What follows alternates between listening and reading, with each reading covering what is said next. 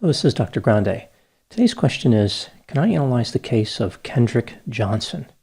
Just a reminder, I'm not diagnosing anybody in this video, only speculating about what could be happening in a situation like this. If you enjoy this video, please like it, subscribe to my channel, and consider supporting me on Patreon. I will put the link to Patreon in the description for this video. First, I'll look at the background of this case, then I'll move to my analysis. Kendrick Johnson was born on October 10, 1995. He attended Lowndes High School in Valdosta, Georgia.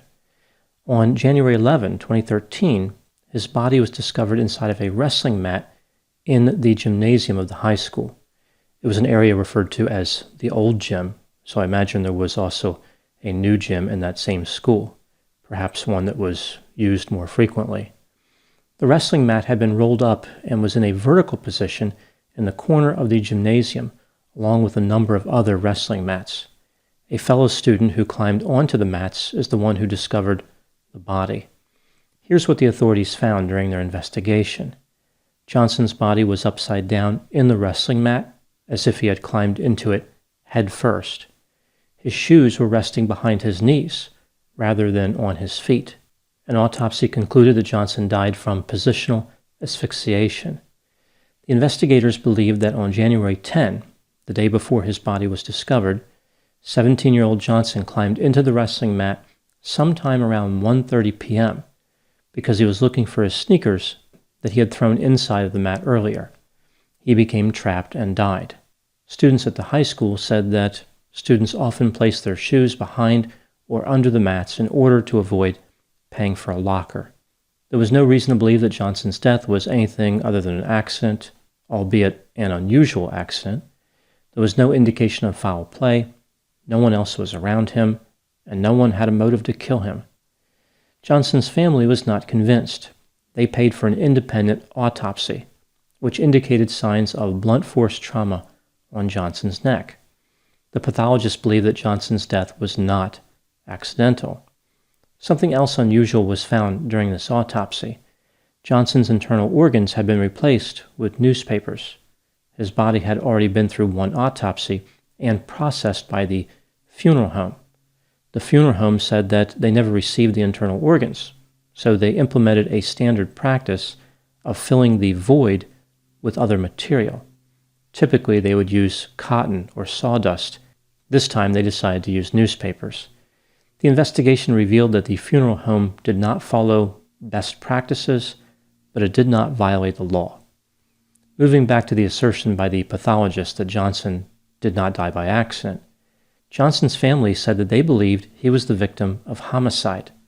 They hired an attorney and pushed for another investigation.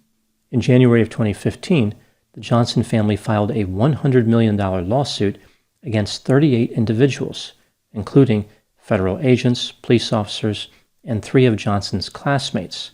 The lawsuit alleged that an FBI agent ordered his 2 sons, Brandon Bell and Brian Bell, and a classmate, Ryan Hall, to attack Kendrick Johnson, which resulted in Johnson's death. After the homicide, there was a conspiracy to cover it up. There was no evidence to support these allegations. The Johnsons withdrew the lawsuit, but they had already accused people and were sued for defamation. The Johnson family was ordered to pay over $292,000 in legal fees to several of the people they falsely accused. The judge believed that the Johnson family fabricated evidence to support their false claim. In March of 2021, Kendrick Johnson's case was reopened. The Lowndes County Sheriff Office determined that Johnson died from an accident. They released a document written by the sheriff offering the rationale for their decision and addressed some of the different theories and accusations about what happened. Here are a number of key points and assertions contained in the document. Item number 1, the FBI stated unequivocally that there was no conspiracy or cover-up. Item number 2, on January 10, 2013, Brandon Bell boarded a bus at 12:30 p.m. with the wrestling team for an out-of-city trip. Kendrick Johnson was seen alive at 1:27 p.m. Brandon Bell could not have been involved with Johnson's death. Item number 3, the FBI examined footage from approximately 62 cameras. There was an allegation that one of the cameras in the gymnasium had been moved the day that Kendrick Johnson died.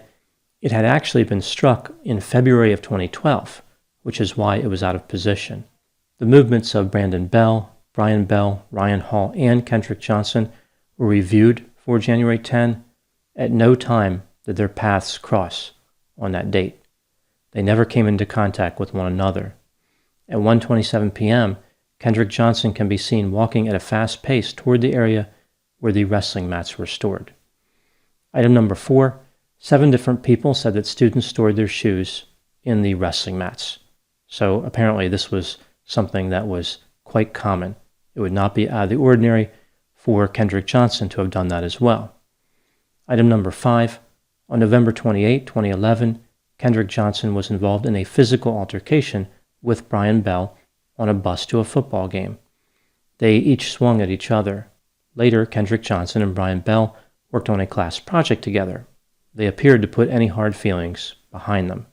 Item number 6, there was a rumor that a student who had dated Brian Bell also dated Kendrick Johnson. So it set up a situation where maybe jealousy was the cause of some type of attack. Investigators found there was no evidence to support this claim. Johnson had never dated this other student. Item number 6, there were 3 autopsies performed on Kendrick Johnson's body. The first determined that positional asphyxiation was the cause of death. There were no signs of blunt force trauma on Johnson's face or body. The second one indicated blunt force trauma, and the third one listed the cause of death as undetermined. The investigators believe that anomalies explain the discrepancy, like perhaps not everybody was free of bias.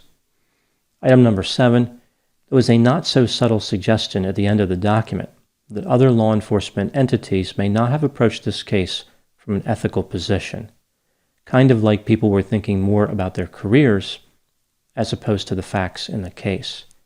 Some people saw this as a tragic death, others viewed it as a career development opportunity. Now moving to my analysis.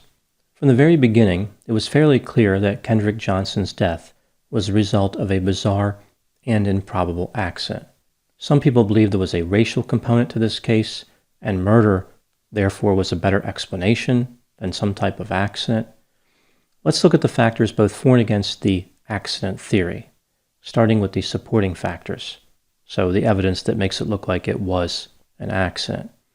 Kendrick Johnson walked into the gymnasium alone, and his body was found in a wrestling mat the next day. A sneaker was found next to one of the wrestling mats. So this is in addition to the sneakers that were found in the wrestling mat. This makes it seem as though he may have been trying to retrieve a sneaker.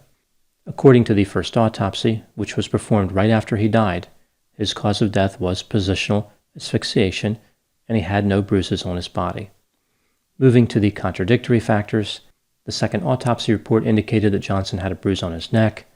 The way that Kendrick Johnson died was uncommon for an accident, although technically it was uncommon for homicide as well. That's pretty much it for evidence that contradicts the accident theory.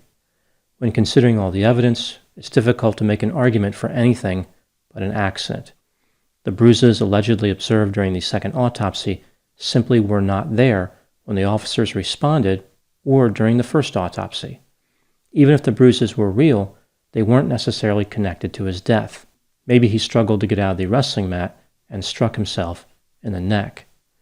There's no reason to believe that foul play was involved in this case, much less a massive conspiracy involving law enforcement and students at the high school. What do I think happened in this case? I think that Johnson was trying to retrieve his shoes and fell into a wrestling mat. He was trapped in such a way that he died. This was certainly a tragedy, but the events afterward only caused more pain. 38 innocent people were accused of being involved in a murder and cover-up that never happened. They had nothing to do with Johnson's death in any way. Just because a family is upset about the circumstances of a death doesn't give them the right to falsely accuse people. How does that achieve justice for Kendrick Johnson? If the judge was correct and the family fabricated evidence, how would that help Kendrick Johnson? So making up evidence to falsely accuse people somehow results in justice? It just doesn't make any sense. As far as the argument that race was involved, there is no indication that Johnson's race was connected to his death. The lesson of Johnson's death could have been about avoiding dangerous situations. Johnson should have never climbed into the wrestling mat. Instead, a meaningful lesson gets lost in an avalanche of accusations and speculation. Those are my thoughts on the case of Kendrick Johnson. Please put any opinions and thoughts in the comment section. They always generate an interesting dialogue.